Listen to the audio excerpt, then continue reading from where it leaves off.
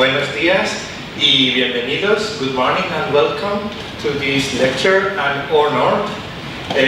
I'm delighted to present the lecture that we have today. I'm going to do the presentation in Spanish. Buenos días, es un placer y un honor presentar hoy, 10 de octubre de 2022, al profesor David Russell. La conferencia aquí en la Universidad de Málaga, invitada en el marco de las conferencias organizadas por el Grupo de Investigación Musithema y el proyecto I+D Musihabitus. Muchísimas gracias a los asistentes. Voy a realizar una breve presentación del profesor en español, aunque la conferencia, como he dicho al principio, será en inglés. I'm going to do a presentation of Professor Russell in Spanish, although the lecture will be held in English. El violinista David Russell goza de una reputación internacional como pedagogo del violín. Es uno de los pedagogos del violín más célebres de su generación. El señor Russell ha sido profesor en la Facultad de Violín del Instituto de Música de Cleveland durante 24 años y también en la Facultad de Violín en el Conservatorio de Música Berlín. Ha impartido cursos en algunas de las escuelas de violín más prestigiosas del mundo, incluida la Escuela de Música Midmont de Ivan Galamian, el curso del Maestro Internacional de Violín Keshet Eilon en Israel, la Academia Internacional de Música de Verano Aria y el Festival de Música de Cámara Green Mountain, por nombrar solo unos pocos. Ha dado numerosos recitales y clases magistrales en América del Norte y en América del Sur, en Oriente Medio, en Europa, en Asia, y fue el artista destacado en la serie de presentaciones y clases magistrales del World String Masters en Lisboa, en Portugal. También fue profesor de la serie de clases Guest Master en el Conservatorio de Música de Shanghai, en China.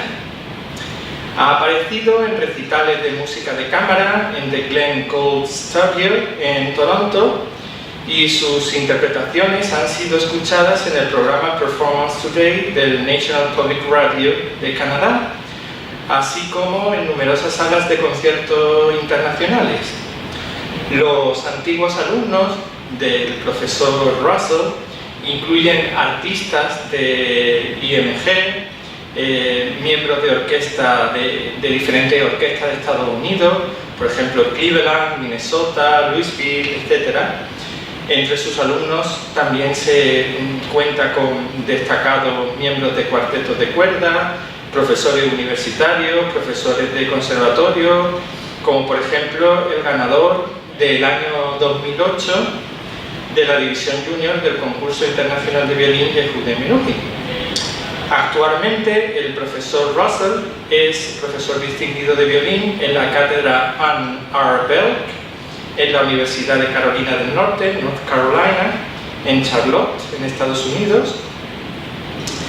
Y bueno, al final de la conferencia habrá turno para que podáis formular las preguntas que deseéis. La verdad es que, como decía al principio, es un honor y me parece que es algo muy importante que en la Universidad de Málaga podamos recibir a una figura como el profesor Russell y poder escuchar lo que tiene que decirnos. Así que thank you very much for coming. It's our pleasure and we are delighted to have you here.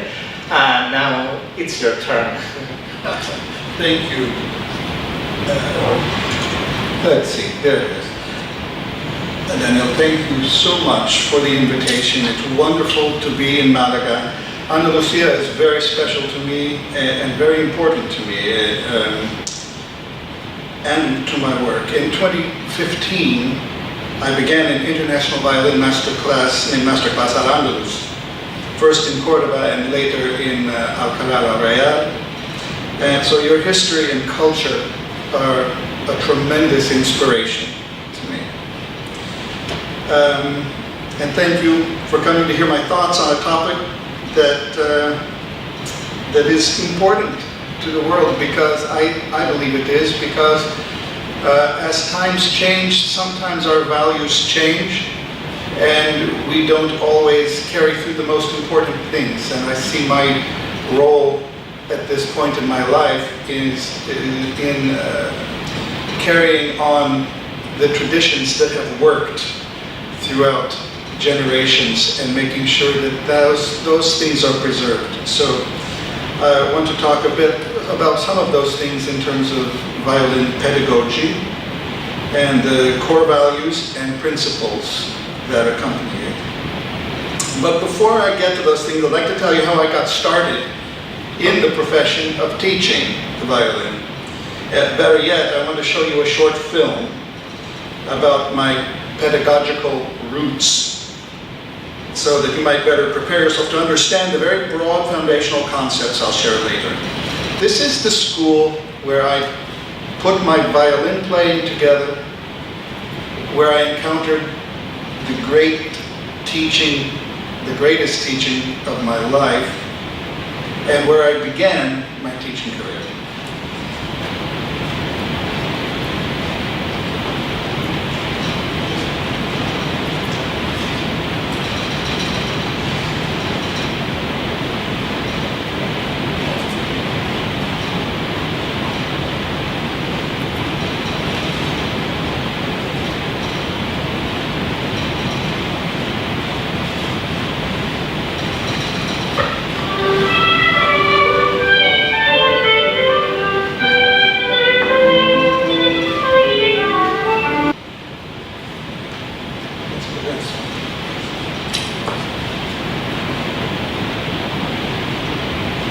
Great, thank you.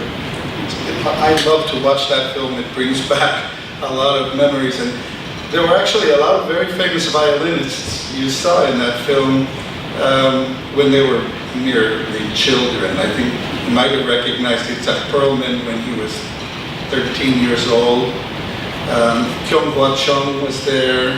Donald Weierstein, who teaches now at the New England Conservatory, but was the first violinist of the Cleveland Quartet for many years. And Kyung-Hwa Chung, I think. And anyway, it was an extraordinary school. I decided to become a violin pedagogue rather suddenly one evening when I was 17 years old. The decision was made in a powerful moment of clarity and purpose for my life that, in spite of its sudden nature, has remained with me over my 44-year career as a teacher. It happened as I stood in the gravel parking lot at the main house of the Meadowmount School, the summer home of Ivan Galamian that you just saw in the film. I was a student at the school who was fully engaged in the ambition and discipline and dedicated practice needed to rise to the top as a violinist in that rarest of environments. And as I mentioned, the school produced some of the great violinists of the 20th century, including Itzhak Perlman, Pinchas Zuckerman, Michael Rabin, Kyung-Hwa Chung, Arnold Steinhardt, Jamie Laredo, and countless concert masters of major orchestras.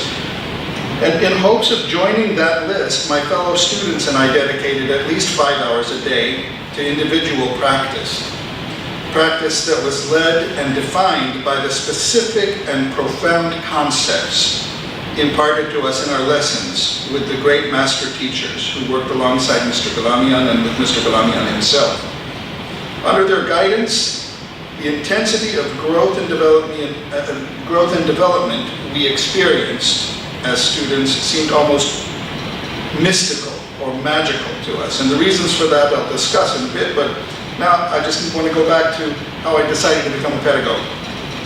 As I stood in that parking lot next to Mr. Galamian's classic chrome and black 1962 Ford Thunderbird car, and he used to drive it through the property of his school, and if we saw that car coming, doors would slam and violins were suddenly picked up and there was much practicing.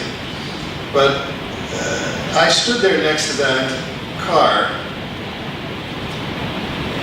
and I paused to take in the energy of the place where I was standing. and in front of the massive stone chimney of the main house, students were holding violin cases and dressed in their best lesson clothes, because we used to dress up for lessons. They were such important events. And they stood chatting about their latest assignments and sharing and strategizing and probably commiserating together in an attempt to fully internalize the important things that they were learning. And I remember standing there as this warm golden light shone out of the large windows of the main house library, where Mr. Gingold, Joseph Gingold, was teaching a string quintet and telling stories from the past, which was how he taught. He communicated mostly through stories of the great ones he had known, such as Fritz Kreisler and Eugenie Said, Toscanini, George Zell. And at the same time, I heard sounds from Mr. Galamian's studio, where he was teaching, and it was simply astonishing violin playing coming from that studio. Occasionally interrupted by Mr. Galamian's unique, soft timbre speaking voice. It was very difficult to understand him sometimes, because as brilliant a violin teacher as he was, he had hearing impairment, but he heard everything, every note of the violin. But his speech, he was Russian, but he spoke rather like this. So we used, my fellow students and I, we shared a common dream that we would laugh about, that we were in a lesson with Mr. Galamian, and he would say, you know, the most important aspect of playing the violin is we could never understand what the most important aspect was, and we shared that all the time and laughed. But you could hear his voice teaching, and there was a keyhole in the door to his studio, the old-fashioned kind that you put the key in, and it was a common sight to see students down on their knees looking through the keyhole to spy on the lesson going on, to try to gain as much information from that great teacher as possible. So it was a completely intoxicating beauty of the place that suddenly overwhelmed me. I realized what was happening. These great teachers were creating something marvelous in that place and time. They were actively devoting their lives to the creation of an ideal environment for learning that would also allow them to pass along their deep knowledge and experiences to the next generation, to ensure that the beauty and magic they had been provided in the course of their own lives would not be lost to the world. In fact, I believe they had realized, as I'm beginning to realize in my own life, that they were among the last critical living links to the past, who were bringing specific knowledge into the present and sending it forward into the future. I was at that moment filled with the sudden and profound desire to somehow ensure that Mr. Galamian's methods of organized practice and refined musical tastes and values would be guaranteed to be preserved and passed along. I thought, those things should be passed along by someone. Why shouldn't that someone be me? Likewise, Mr. Gingold's impeccable sense of musical taste and style, garnered from his exposure to the greats of the past, and which through his efforts had entered my psyche, those I felt compelled to try to pass along too. So in that single moment of time, while standing next to Mr. Galamian's classic Thunderbird car, I decided my life path. I wanted to follow in the footsteps of those who had created the extraordinary environment of excellence and artistry in which I was fortunate enough to be immersed. Of course, when I joyfully and gleefully declared to my friends my intention to follow in the footsteps of the great teachers Galamian and Gingold, they rightly questioned whether I had been in the practice room too long and had had a psychotic break with reality. After all, I was only an ambitious 17-year-old violin student with limited life experience, Yet in my naivete, I saw absolutely no reason why I should not pursue this path. In fact, I began to see it as if it were a sacred mission for my life. I needed to pass along to the future the beautiful experience they had created for me. I had many options for a career in music, but I can only say that the truly unconventional career path that followed my decision that day only goes to suggest that God truly looks after the simple-minded, and that would be me. The following summer, I was appointed as a teaching assistant at Meadowmount, and I was suddenly initiated into the life of a true pedagogue by having 30 talented students from around the globe looking to me to lead their playing in a good direction. It was a trial by fire, to be sure. I sensed they would not tolerate any mistakes on my part as a novice teacher, so I chose my words very carefully in order to make any mistakes. I remember Mrs.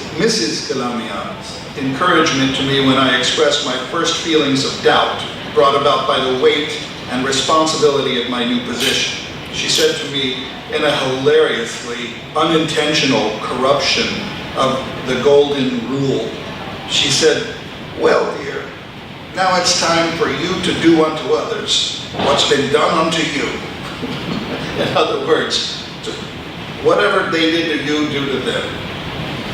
Surviving those early experiences, I continued on this chosen path, and a short time later was appointed to the faculty of the New School of Music in Philadelphia, and a year after that, the Cleveland Institute of Music and the incredible Encore School for Strings, where for the next 24 years I continued to learn, hone, and craft ways to more effectively do unto others the beauty and magic that had been done unto me.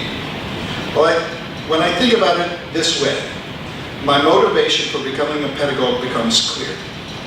It's a simple one, the same thing which led my teachers to teach well into their advanced years, and that is, all capital letters, gratitude.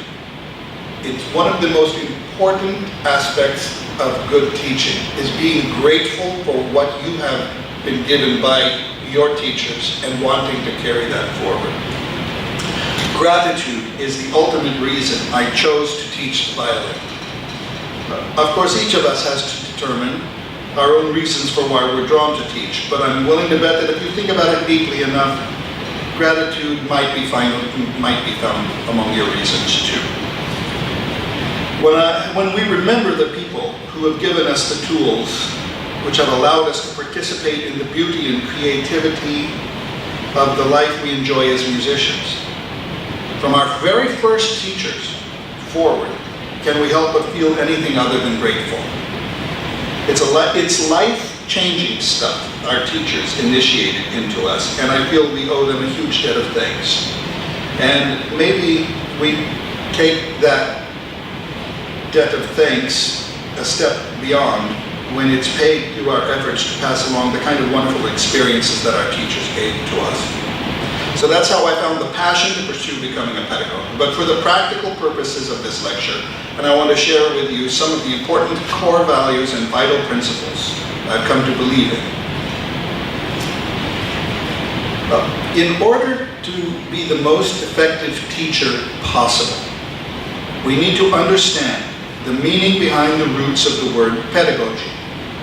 The word pedagogy combines two Greek words, paigos, meaning boy or child, and agogos, meaning leader. So in essence, the word means leader of the child. This word clearly defines a specific approach to teaching. It reveals an approach that was exemplified by my teachers, one which I have adopted, and one I believe to be foundationally important to all teaching. We must always teach from a position of authority. Think about this. A student cannot learn what they already know. When we teach, we can only teach a student what they do not already know. If that sounds simplistic to you, it is true nonetheless. Much time is wasted by both teacher and student by recycling material or concepts that are already comfortable to the student. But that kind of teaching merely reinforces things they already know. Time for both the student and the teacher is better spent leading the student to discover the things they do not already know. I suggest that the most essential role of the teacher, as implied in the word pedagogue, is to lead the student to places where they can eventually learn something new. Obviously, this also requires the student to adopt a particular stance in their learning, placing their absolute trust in the authority of their teacher. The student must have the confidence to follow the teacher blindly into completely unfamiliar places in order to truly learn something new. I believe it's absolutely imperative to good teaching that we never forget that natural order. The teacher is the only one in the teacher-student relationship who sees clearly where the student needs to go. So we must then teach our students by leading them in the most sure-footed way along the dark path of discovery. As teachers, we must know the terrain very, very well as we lead them along the path, and we shine a light on their work and what they need in ways that each one of them will remember in detail when they go back to visit it on their own in their practice room. So what does it mean for a teacher to lead a student? What does that look like?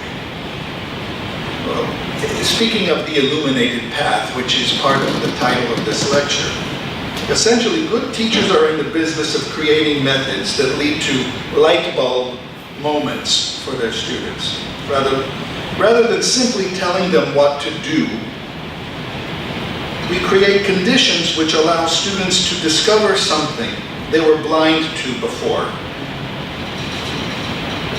By being led to discover it themselves. Hopefully, once the student sees the results of the path down which they've been led, the light bulb over their head will light up as they experience an aha moment. And they begin to integrate their newly acquired knowledge into their personal makeup as a violinist. Only if this happens will their skills allow them to play authentically. And only then will they see clearly enough to be able to guide someone else to their best playing in the future. Now, when I say play, I play authentically.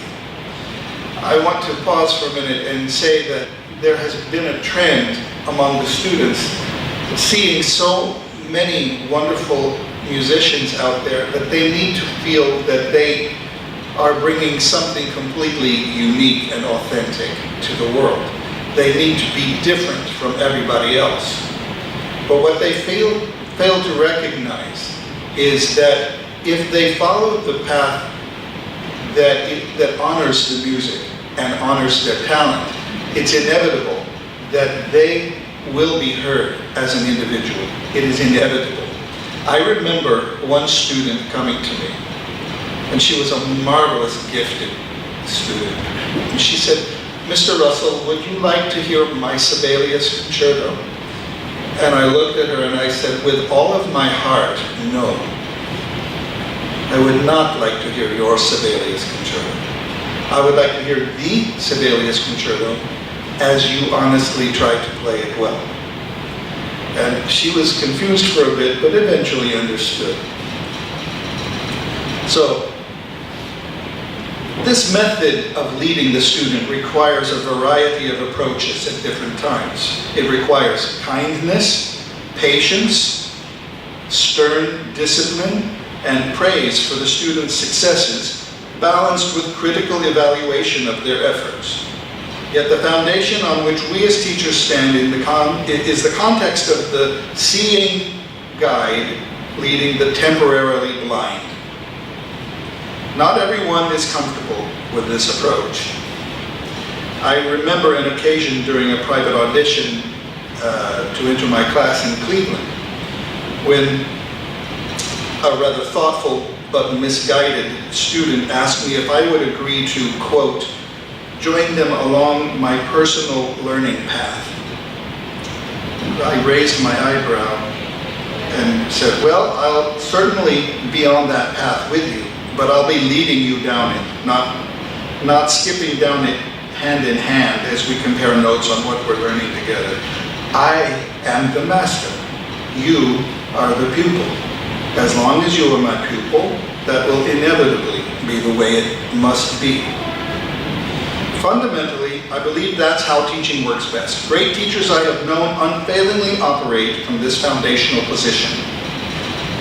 I was interviewed for a wonderful new book titled One Teaches to Learn by Eloise Hellier. It's a marvelous book with all kinds of interviews of teachers and great violin artists and her own thoughts on teaching. It's one of the best books on teaching in general that I've ever encountered. One Teaches to Learn. I highly recommend that book.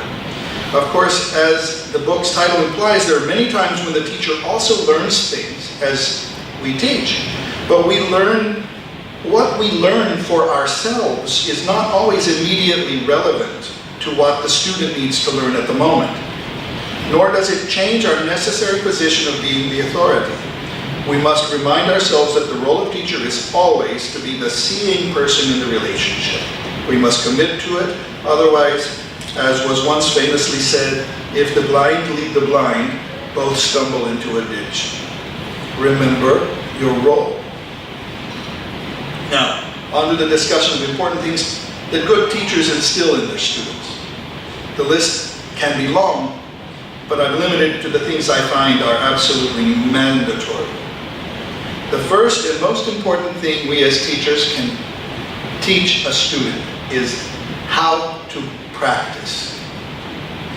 One of the primary things a good teacher leads a student to discover, the knowledge of how to practice effectively and efficiently on their own is at the top of the list. The skill of knowing how to practice should never be underestimated. A sound and reliable technique only grows from the student knowing how to practice effectively. Through good practice, students learn how to focus, how to concentrate, and how to discern subtle musical qualities for themselves.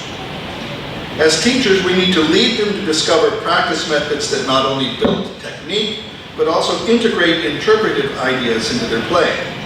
We must also show them a kind of practice that builds stamina and simulates performance conditions, and which encourages them to integrate everything they're practicing into a successful live performance at an artistic level, embodying good taste and appropriate stylistic traits. And they must do it so that they learn how to do it on their own and become independent of the teacher, which takes years. But if they do it well, they will know how to do it themselves. In order to achieve this, Mr. Galamian advocated practicing in three basic categories or frameworks. First, building time. Secondly, interpreting time. And finally, performing time. And I'll speak about each of those. He understood that the mind must understand all three of these important contexts in order to integrate them into a cohesive whole in a performance. Teaching students how to best divide their practice time into these categories is of utmost importance. Now, building time is where we both grow our overall technique and acquire the necessary coordination and skills to perform specific passage work. Rigorous scale work in varying rhythms and mixed bowings teaches us how to devise clever challenges to our mind to overcome.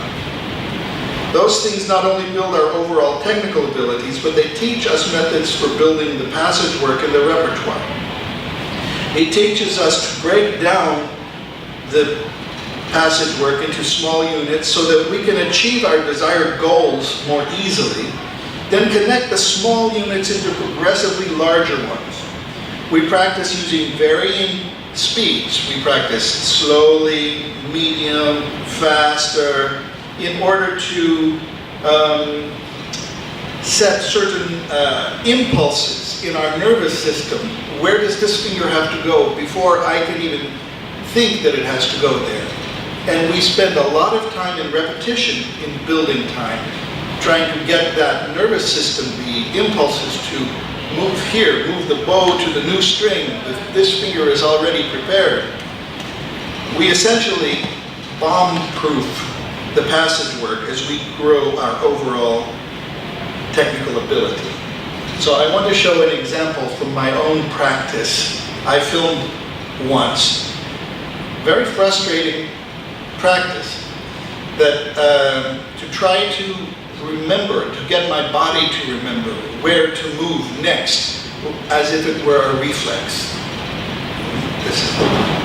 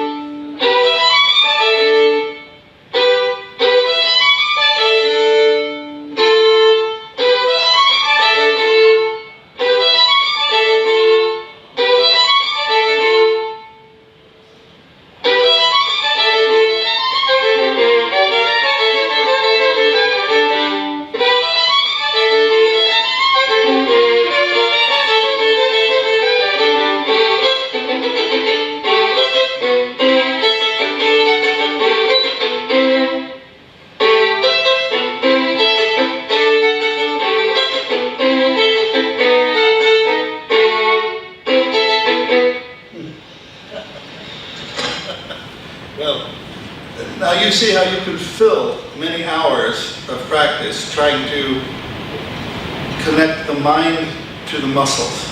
And that's what the building time in the practice is all about.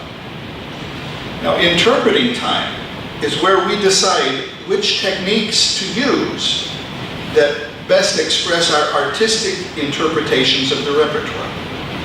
For a string player, this involves giving thought to how we distribute the bow, how we use the bow, methods of varying tone colors, vibrato speed and width, style and speeds of various expressive shifts. This is the kind of practice where we bring our musical ideas to that inhabit our imagination into the outside reality of objective experience. You know, it's the times when we know the notes, we know the fingerings, we know the bowings, but now we have to decide how do we best get what we want, because there are many ways to play something. For instance, the first thing that's in my mind right now is the Debussy Sonata. So if I'm just playing the notes, it would sound.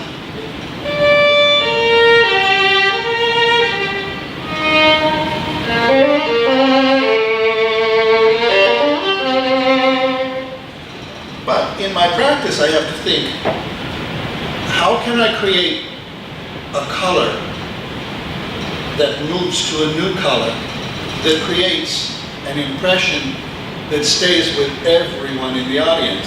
So I think technically, I play near the fingerboard and I float the bow fast for a color.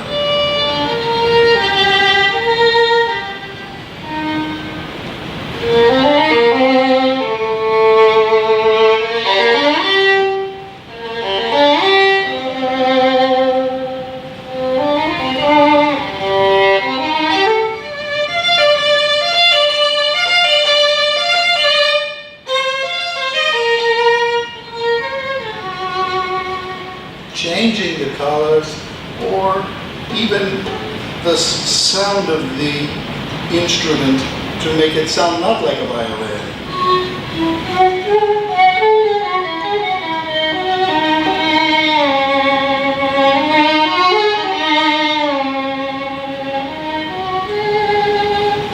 So a lot of thought has to go to choose which techniques to use to bring about your interpretation of what you believe is true in that music. And that is the interpreting time. And, I don't know, would you like to see another video or should we skip the video? It's up to you. Okay. Maybe the next one of the teaching. Yes. Here I'm working with a student showing how to use the technique to bring about interpretive ideas.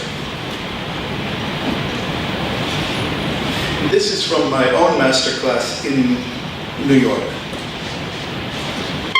Practice hearing a little, something coming down just as practice.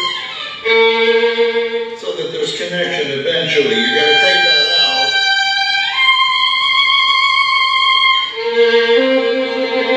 But at least there'll be connection. Fast shift for articulation and expression. Alltså sforzando detta. Down. Contrary motion shift fast with the bow change.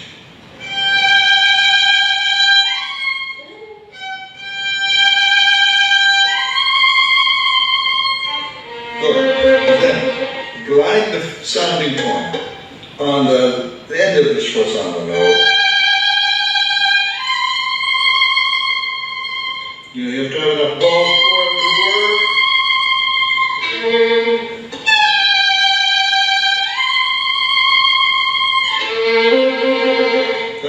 Another way to connect it. Glide. But I don't do glide. You need to do the so-called wrong bow direction. Leave it out and let it glide to the fingerboard.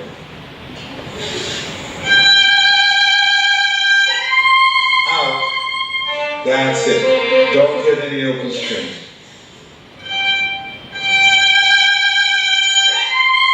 Glide. Glide. That's the way. All right, only a dozen more times.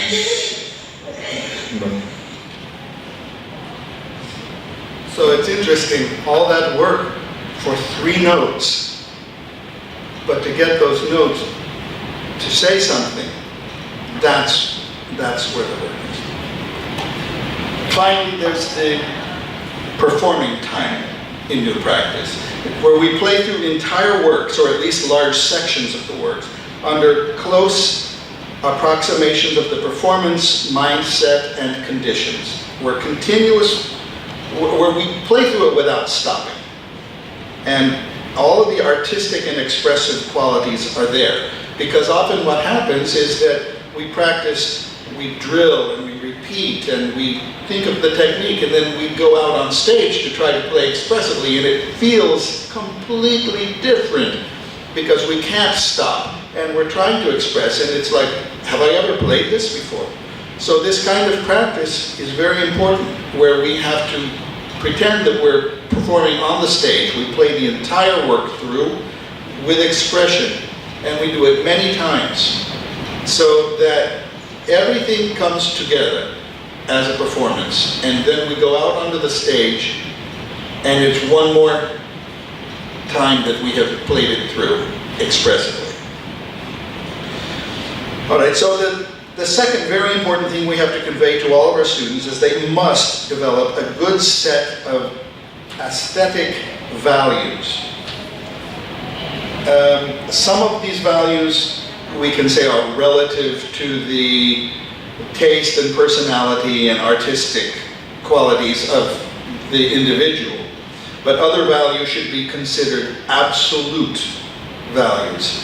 That the mastery of the absolute values, such as we must play in tune, we must make a beautiful sound, we must be coordinated, and that requires a lot of work and focus in the practice to always demonstrate these absolutes while we're playing.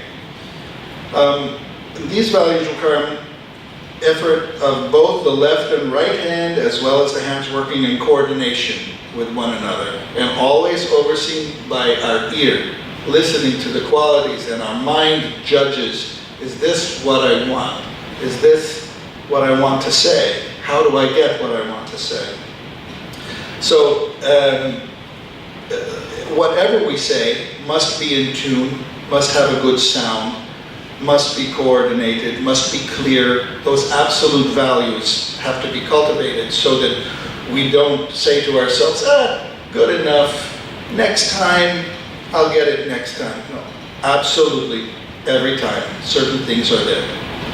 Then the relative values that we bring, you know, maybe some of us play more romantically, others play more with our brain.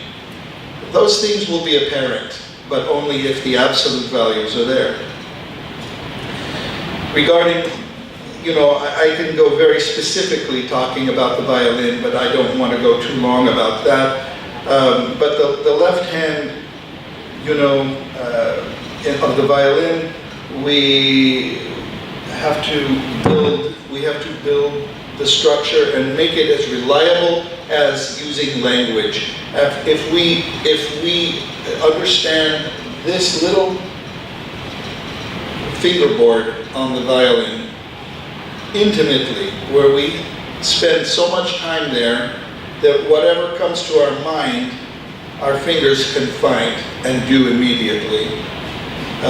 That's the goal of the left hand, is to play as if we're speaking a language and simply communicating our ideas. Yesterday afternoon, I had an opportunity at dinner, just for fun, to play for friends anything they wanted. And I remembered, they asked me, how do you remember these things? How do you remember these pieces? When's the last time you played this one? I thought, 20 years ago. Well, how do you remember? I remember how it goes. My mind tells my fingers where to go. Just like I'm talking to you now, my fingers are the language that I use. So that's all the technical work of the left hand, is to become that proficient in a reliable way. In the right hand, we have to learn how to make a good sound, how to use our body properly in order to do that, how the contact of the bow with the strings can change the color, the beauty of the sound, and give different interpretive qualities to the music. So we have to have a wide range of ability to change color, tone colors. Coordination, obviously, getting the hands to work together. You know, the violinist Gasha Haikats, who was the greatest, gave a radio interview, but he was so, he kept all of his knowledge to himself. He never shared it with other violinists or anything like that. So he would often reply to a question, how do you do this? He would reply, that's for me to know and you to find out. But once in this radio interview, he started to, I was listening, and he said, well, when the left hand, with all of its intricacies, is performing well, and the right hand, with all of its intricacies, is performing, but the left hand and the right hand are not together, and everybody was going, oh my gosh, he's going to say something. And listen, he says, when the left hand and the right hand don't work together, not so good. And that's all he had to say about that. But the coordination of all of those ideas is very, very important. Now, It's important to teach students through their practice. They will often encounter frustration, and that encountering it is exactly the point of the practice, is to overcome the frustration. When we overcome the frustration that we intentionally create in our practice, it means we will have acquired the necessary tools we need to play successfully and with consistency. By overcoming frustration, we grow our abilities.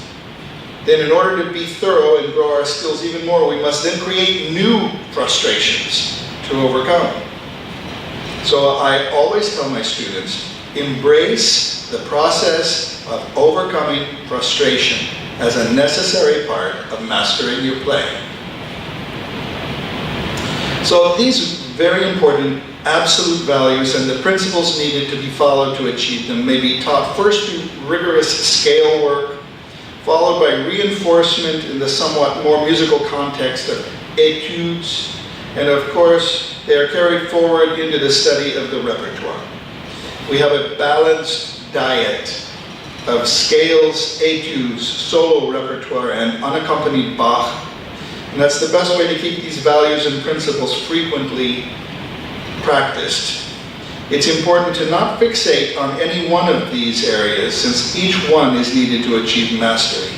Integration is the goal. So while there are many specific aspects of violin playing that could be discussed, those I've just described are among the most important. If there are any questions about aspects of violin technique you may have, I'll happily answer them when we have question and answer. But before that, I'd like to just briefly address some of the dangers we encounter along our path as teachers. First, the most dangerous is living vicariously through our students' playing. As teachers, we invest ourselves deeply in making our students better. But we must always remember that the student is an individual whose unique makeup as a person will unfold naturally in a variety of ways that might well differ from our own. And at all costs, we should avoid creating mini-me's, students who look and sound exactly like the teacher. We don't want that. There's only one of each of us. So while they might use nearly identical techniques in their playing, they'll naturally use them to uniquely individual ends, as their personality allows.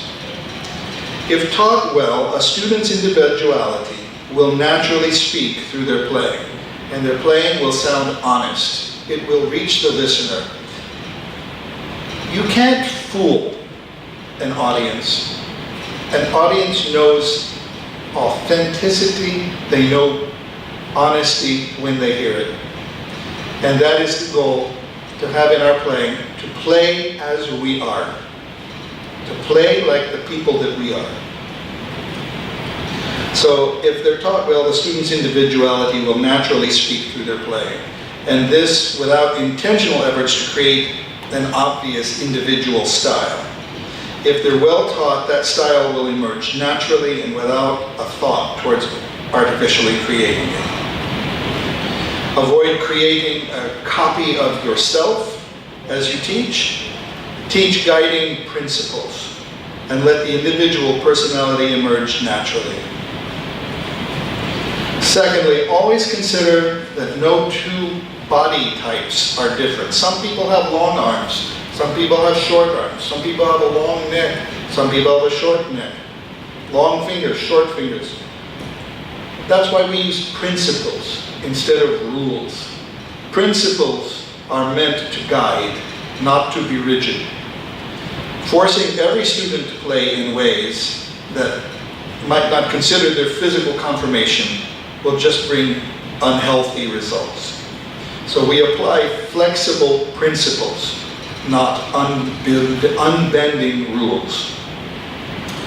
Now, I truly regret even having to mention this aspect of being a professional teacher, but it has become so widespread in this profession that I must speak to it. And that is personal relationships with our students. The teacher-student relationship is a powerful human relationship. It requires the student to place their trust in the teacher, and the teacher to remain disciplined in that role.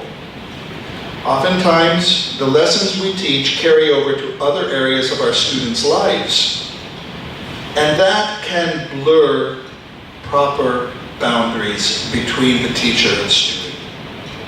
As teachers, we must never overstep personal boundaries in an unhealthy way.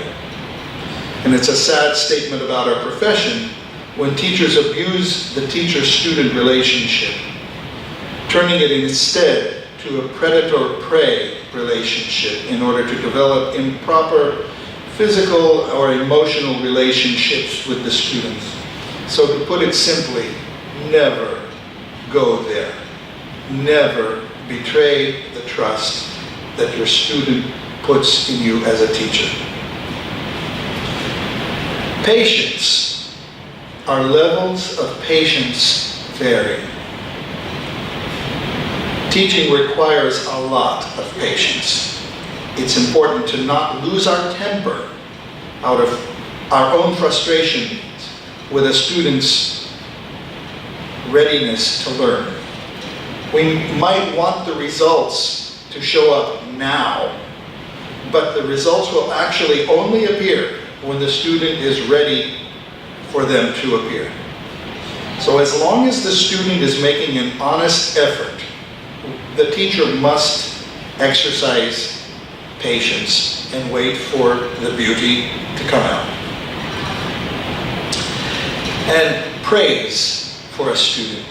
Sometimes we overdo our praise for a student. While praise is very important to reinforce good results, praising a student at every opportunity is unwise.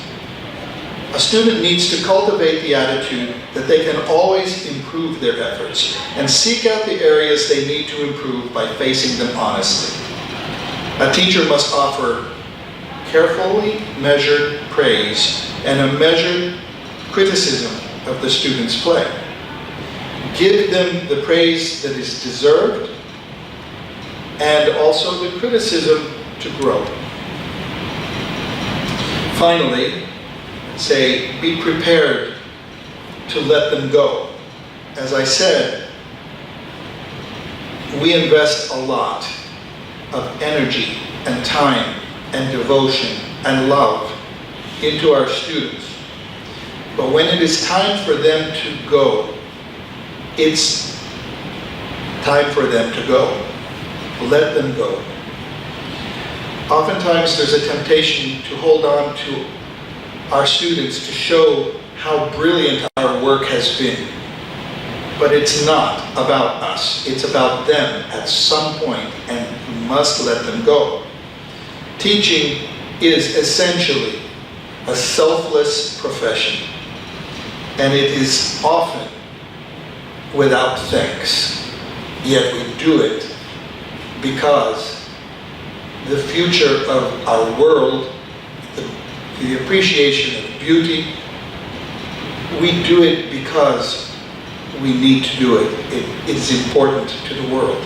It's not to receive our own glory and praise for it. So when it's time for the student to go, they have to allow them to go.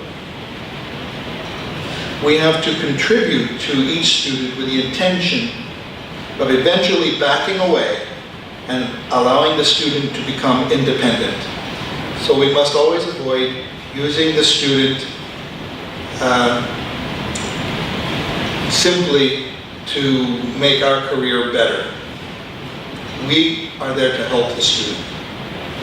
So if all of those steps are followed, there's a greater chance that we, as a teacher, will earn our students' sincere gratitude. And that gratitude. Remember from the beginning of this talk, gratitude. That gratitude might inspire them to give to the next generation out of the sense of gratitude. And that is the illuminated path that we as teachers strive for. So, that's all I have to say about that. Is there anything that you would like to ask or discuss, or if anything I can clarify? Thank you so much for this wonderful lecture. It was amazing, and really amazing for me to listen to you play the violin. I was delighted. And now it's the time for questions. So we have a microphone and we can deliver it to everyone who wants to ask something. So I will go down to do that.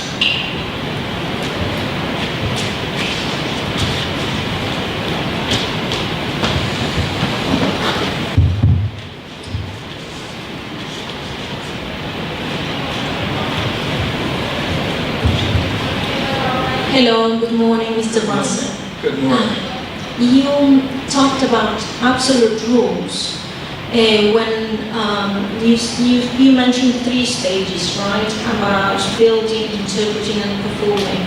And you included intonation. And I have a grade 7 student who struggles to give the right interpretation to the styles.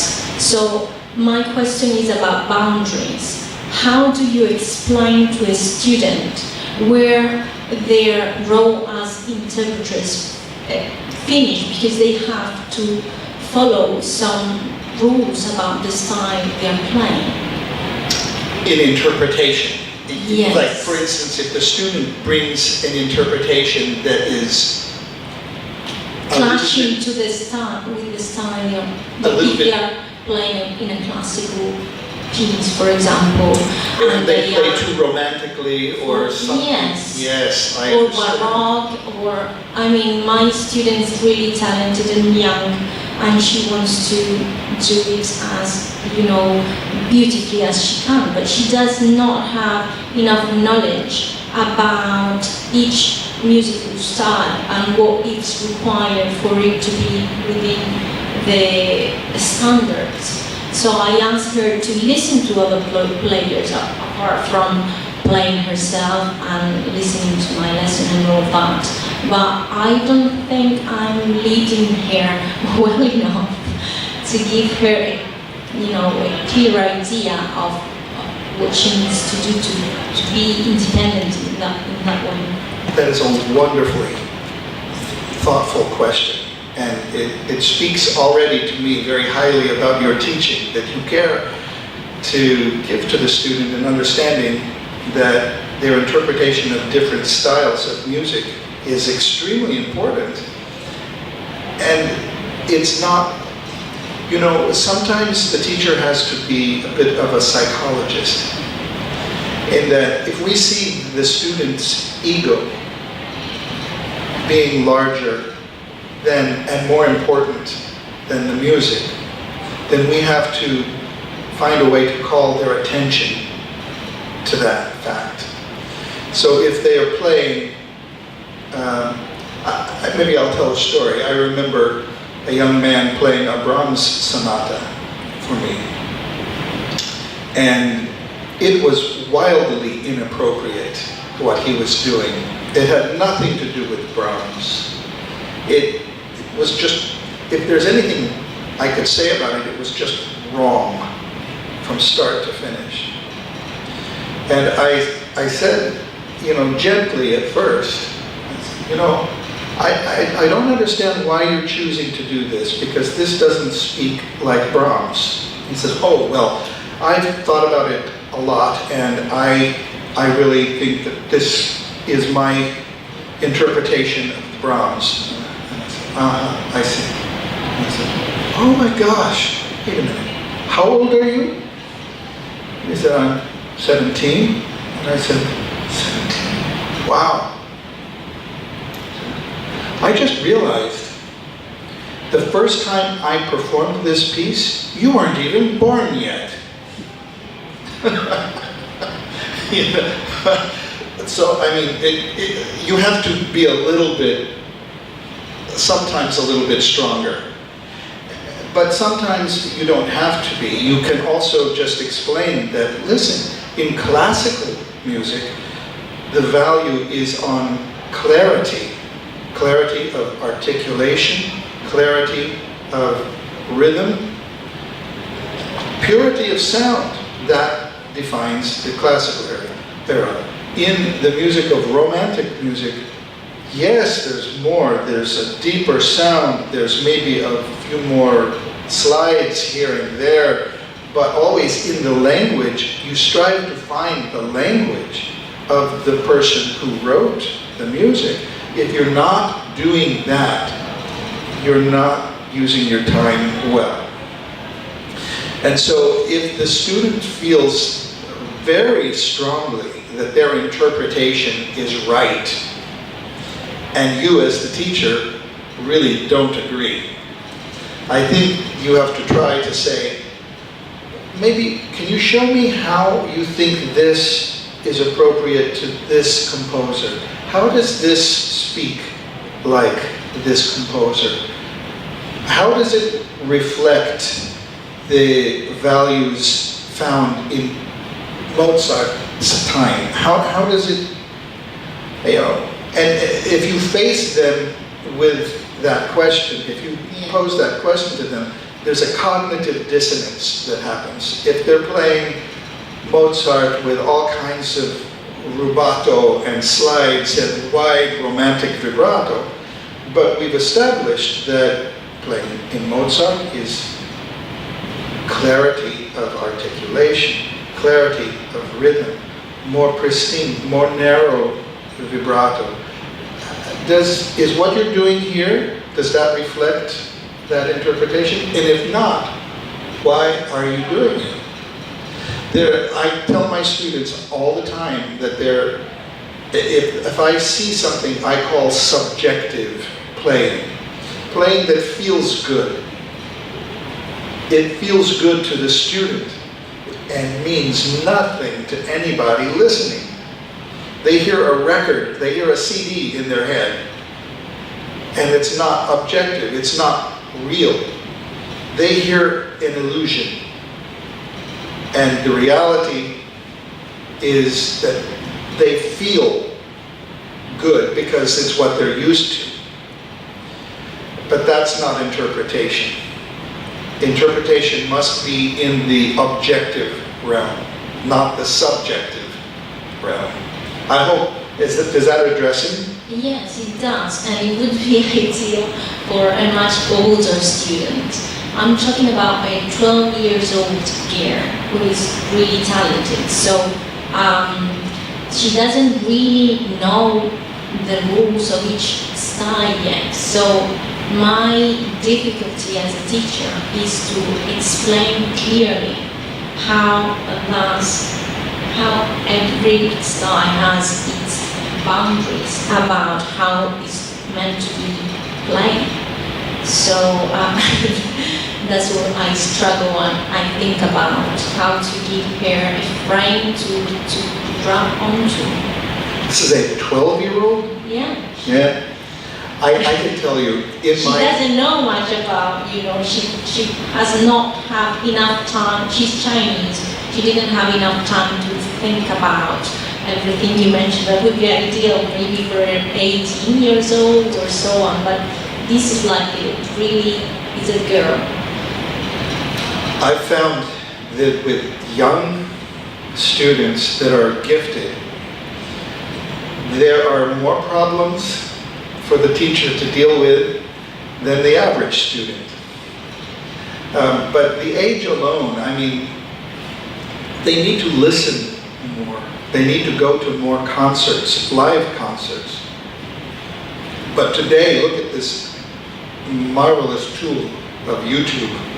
Yeah. But if you can help that child make a playlist on YouTube of what you feel is appropriate interpretation, like An Sophie Mutter Mozart, or Grumio, or some of the old guys, you know, get that in her ear and mind. At least we have to teach them, because oftentimes there are sometimes cultural values that poison the playing. If the values of the culture are on precision and mechanics and, you know, there's not a lot of room for expression there. And they need to be taught that it's more important than just that. So I think maybe I would suggest maybe you could help her to create a YouTube list and encourage her to go to more live concerts and talk afterwards with you and say, what did you admire? You know, every week I have a violin class for my students, and I structure it this way. They play for each other, and I ask them to give remarks to the person playing. But they must their first remark has to be something that they admire in the playing, because it's much easier to find the negative than it is the good quality. So they have to work for it. And I find that in doing that, they start to refine their own value system. I hear in their comments, they say, oh, well, you know, your intonation is really improving. It's very much better from last week. And I'm thinking, good, that's a value that I want to encourage. Or someone will say, you know, it's beautiful. I love the way your vibrato opens and changes this note so that it's not just one speed of vibrato. And I'm thinking, wonderful. That means they're looking for variety. It tells me more about the student who's giving the comment than it does about the student performing. So I think if you talk about it with your student, what did you like in that performance? Was anything surprising to you in that performance? What did you not like in that performance? That might give you an opportunity to guide them towards more of an understanding as they grow up, that different styles. Thank you very much. Thank you. Are there more questions here? No? I would like to add something also to this interesting debate. I'm going upwards here to the stage. As an artist, I need to be on the stage. So, I think it was really a very interesting question. And I had also this question here noted to discuss this about how to develop an independent student. How can we teach someone to be independent of us, of myself as a teacher? And in relation to the answer of Professor Russell, for me it was really interesting the aspect of making questions and giving examples. So to develop the capacity of reflection, to develop the student's capacity of thinking by himself or herself, by themselves, and to compare different possibilities. When I think on interpretation, for example, it's so difficult, even if there is the historically informed current or whatever you can call this. But there are so many different interpretations. If I think as a pianist of Glenn Gould, for example, he would play Bach so differently to the other. So I imagine myself, if I had to teach the youngest Glenn Gould, if I would have such a honor, which maybe I don't deserve, but I imagine myself, what would I have said to someone who comes to my studio and plays Bach so differently, which may be a little bit outside of the style, the typical style, but it's really challenging. It's not, I don't want to assert something, but more I want to leave this open as a question, how difficult it is to teach someone, but not to give them the way or make them to play the way you play it. Not to pass on just your vision, but to leave them be themselves, and maybe they can, in the future, you never know, they can do something totally different, and they can contribute to the interpretation of a piece in a way that have never been foreseen before. So for me that's so challenging, and I don't know if you have further thoughts about that. That's a really insightful question. About the last thing you were talking about there was how, if you don't really agree, you haven't told them every little nuance to do. The thing I look for in the performance is it believable? Do they believe in it? Even if I disagree with it, do they believe in it strongly, and do they convince that this is right? If they can, I can give an example. There was a young lady I know who's an absolutely, I believe you'll hear of this young violinist, because she's very special as an artist and as a musician. Incredible violinist. But she was just recently in the Indianapolis Violin Competition, which is a huge competition. And I listened to her first round of playing, which had Bach. And I said, you know what? That's different than I teach it. That's different than I conceive of it. But she's logical. This makes sense. It makes sense to her. And she's saying, in a sense, to the audience, why don't you look at it this way? See it this way. And it's believable. For me, and for other members of the jury, I know it was believable. But it's not maybe the best place in a competition to win. But I respect her playing more than her winning the competition. She didn't win the competition. But she had a believable approach that was within certain boundaries. I mean, it wasn't wild or anything. It's just like, oh, that's unusual. That's different. She believes it though, and I can believe it too. I won't do it, but I believe it. And just like you mentioned Glenn Gould, I love Glenn Gould's playing. But when you look at what he did, he dissected, he took apart everything to bring attention to what was there. And if you listen to it expecting something else, you think, gosh, that's so odd.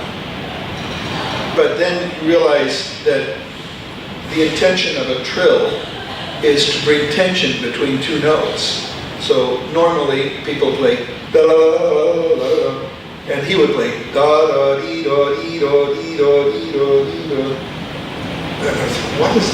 What's crazy?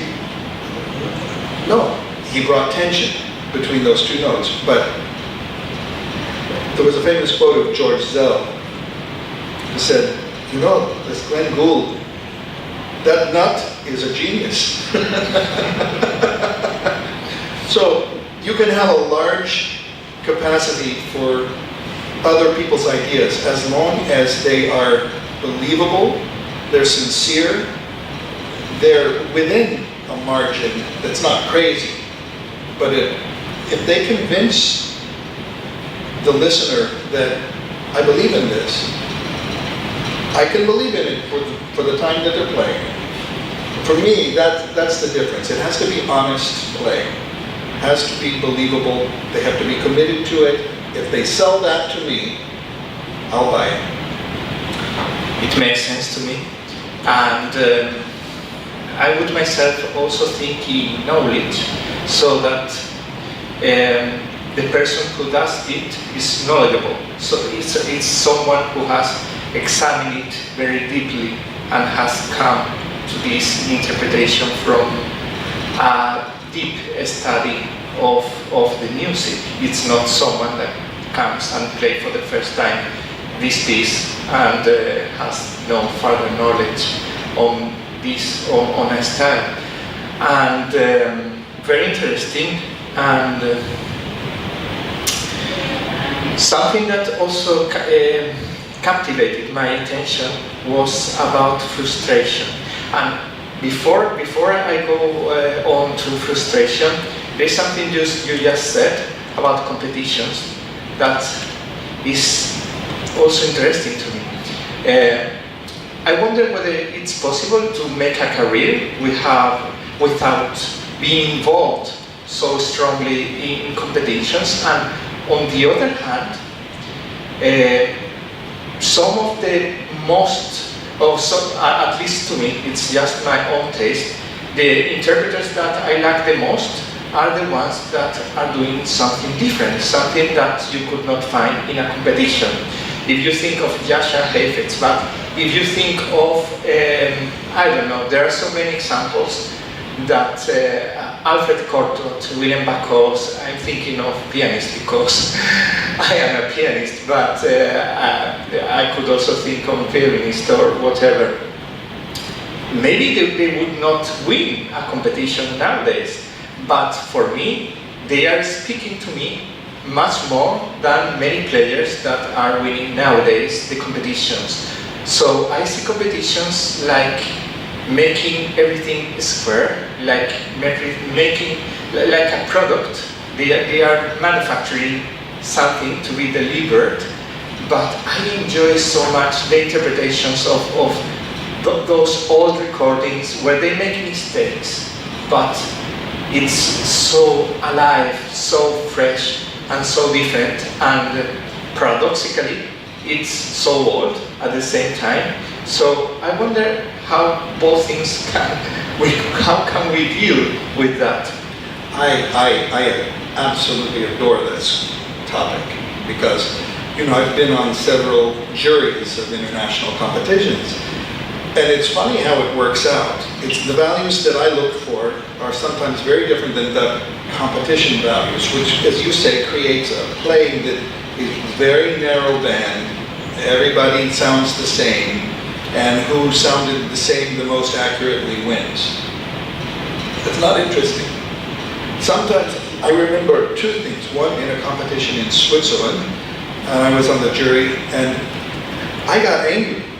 I said, "This is Mozart that makes me angry." You know, I couldn't say anything to the student because they were in the competition, but I had to not reward that kind of playing that was nothing to do with Mozart, nothing to do with classical playing. But then I judged a competition in Buenos Aires, and the way I ranked the winners is the complete opposite of the way they were awarded the prizes. So the sixth place that I wanted to be first place, I said, I still think this is the most unique violinist. I still think that this is the best winner. But I go, it's a decision of the jury. So, okay, we'll see what happens. A couple of years later, the first prize won. I've never heard another thing about that first place winner. The last place winner that I thought should be first now is Concertmaster of La Scala Orchestra. I said, oh, okay. So the competitions don't, they only work if you have a jury that isn't looking for a narrow margin. A miracle happened once with one of my students, Chad Hoops, who won the junior division of the minuet competition. And I say it was a miracle, and it was a miracle of the jury. Because he came and he played his first round, and it was impeccable, it was marvelous, and I could see the jurors doing this. You know, I was watching on a live stream. Well, then he came out for his second round, and he played this Zigeunerweisen, and he had a memory problem. Suddenly, he had never had it there before, and it was the kind that he forgot, and he kept playing, and he went back, and the pianist jumped back, and he got to the same place, and he couldn't remember, so he went back, and he cycled through the mistake 3 times, and I was yelling at the computer, "Oh, no, no, just no, no." I knew he had lost. But he had one more piece to play. He got through the piece, finished it, came out and played a wonderful performance, and he said, "I knew it was over."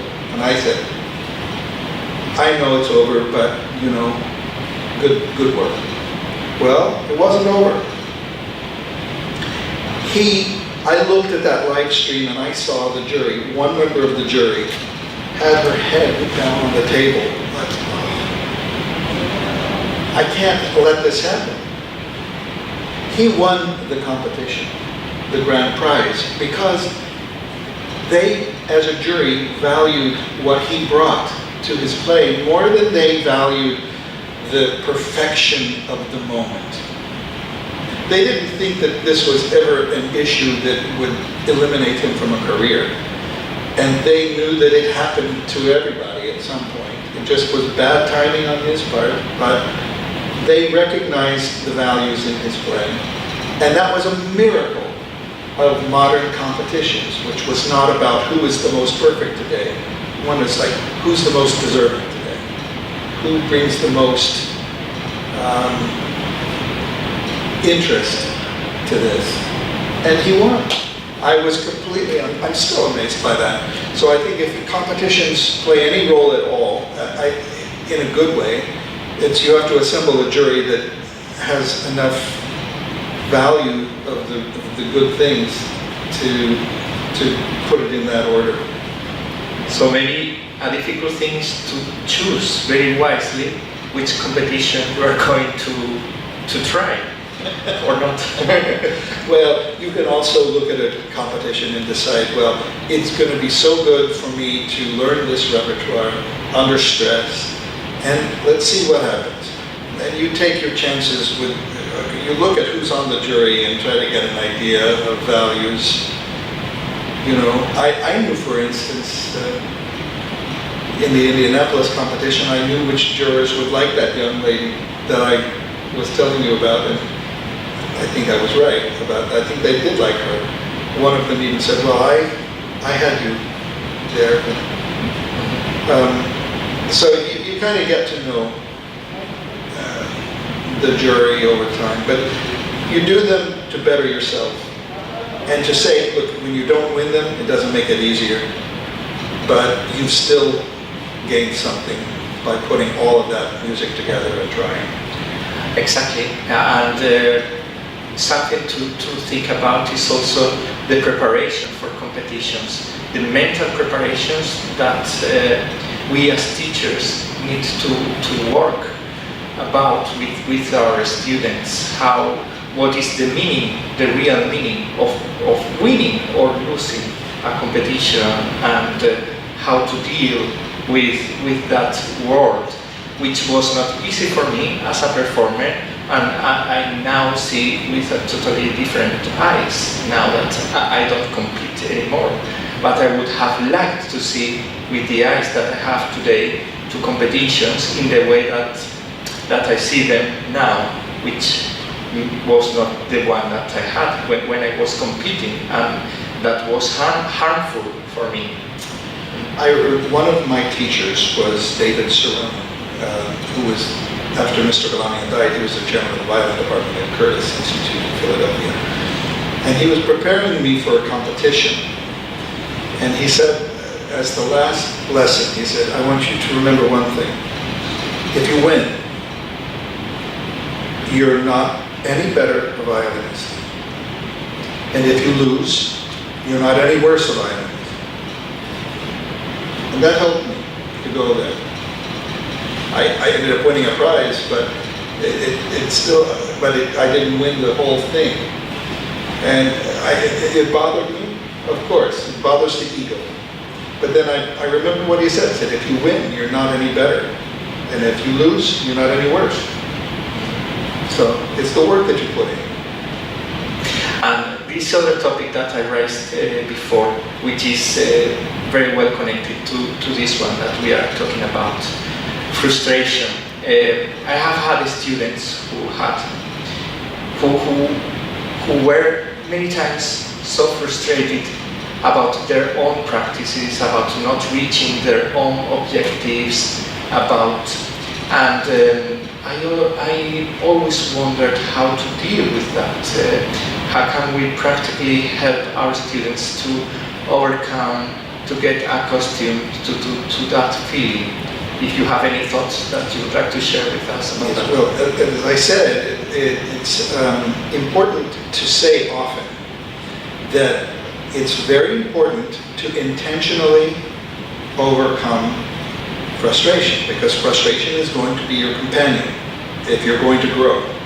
So you must embrace the idea of encountering frustration and overcoming it. But having said that, there's another thing that enters in, and I used to, at one period of time when I was teaching in Cleveland, I had to spend a majority of the lesson time psychoanalyzing or therapizing students who would come in so depressed because they had missed a shift in the last performance. And in their mind, they were only as good as the last performance, which is absurd. And even more absurd was that they were only worthy human beings if they played well. And I had to deal with that with so many students because this is the false things that they would adopt in that environment. And I would have to say, you're a worthy human being if you play terribly. Understand that, always. It has nothing to do with your playing. Secondly, you're a wonderful violinist if you had a mistake. It doesn't mean that one bad accident in a concert means you are any less than your potential. But to spend all of that time, oh my gosh, it became such a drain. And I realized that it's quite a battle to keep the students healthy in their perspective of who they are is not what they do. What they do is what they do. And then to keep their perspective, thinking long-term. Long-term. Career is long-term. Your life in music will evolve, and you'll see many things. Good and bad, you'll experience. You'll play well, you'll play poorly. But you keep going because we love it. I don't know if the public has got a new question after this little debate that we have held, or conversation, better said. Something which has also captivated my attention relates to that you have raised about the relation with the student. I always remember someone who said, you need to be professional but not personal. And at the same time, I would like to be in many ways personal about speaking, about my own career, as you have done here with this lecture, where you have blended your experiences and your knowledge, and that's inevitable. We are who we are. How can we keep this relation in a fruitful way that can benefit our students? And that it's also very controversial nowadays, because you know, one-to-one tuition has always been considered within the master-apprentice tradition, where the teacher is here and the student is here. And nowadays there are challenging pedagogical trends or currents that situate the students at the same level as the teacher. What are your thoughts about that? And well, you know, I think that we do have a very deep impact on other aspects of our students' lives by teaching them the music, interpretation, the instrument itself, the discipline, and all of that. It affects other areas of life. They develop an outlook on life that you are largely a part of. And so it's really not possible to not have a strong personal relationship in that sense. But there are things that you have to you never cross certain lines. Absolutely, certainly never in improper behavior between teacher and student. You never cross that line. But there are times that, you know, understanding the expression of this had to do with passion. And you want them to understand the passion. Well, you don't demonstrate it, but you have them understand the importance of this. And if they understand it, they know and you know, but you do not cross lines. There are certain other things that you must always remain, as I said, you teach from a position of authority. It doesn't mean that you're always right, but you are the authority. And if you allow on equal terms the student to do this, they're not going to grow. You can't lead them somewhere. I remember sometimes students with Mr. Galamian would ask a very personal question, and he would respond, look, we were all living together, living in his summer home, for goodness sakes. We observed him having breakfast in the morning, and how he smoked his cigarettes like this, and how he liked his coffee and all of that. But if you were to ask him something, he said, now do you want to know what is in my refrigerator? He was saying, keep your distance. If you went to his breakfast table to discuss the violin, he would go, send you away. Because, no, sorry, I am the master, you are the pupil, that's the way it is. So, and having said that, the unspoken beauty of two human beings, one leading the other to see things, see the beauty that the teacher has experienced, is a very intimate relationship. That will always be. And if you handle it properly, it will be there throughout the lifetime of the student who grows into a professional, and the gratitude is there. Oh, thank you so much. Very insightful. And I know that my question was maybe challenging, but I received a very insightful answer. So thank you so much for being here for this lecture. And if there are no more questions, I will close this session today.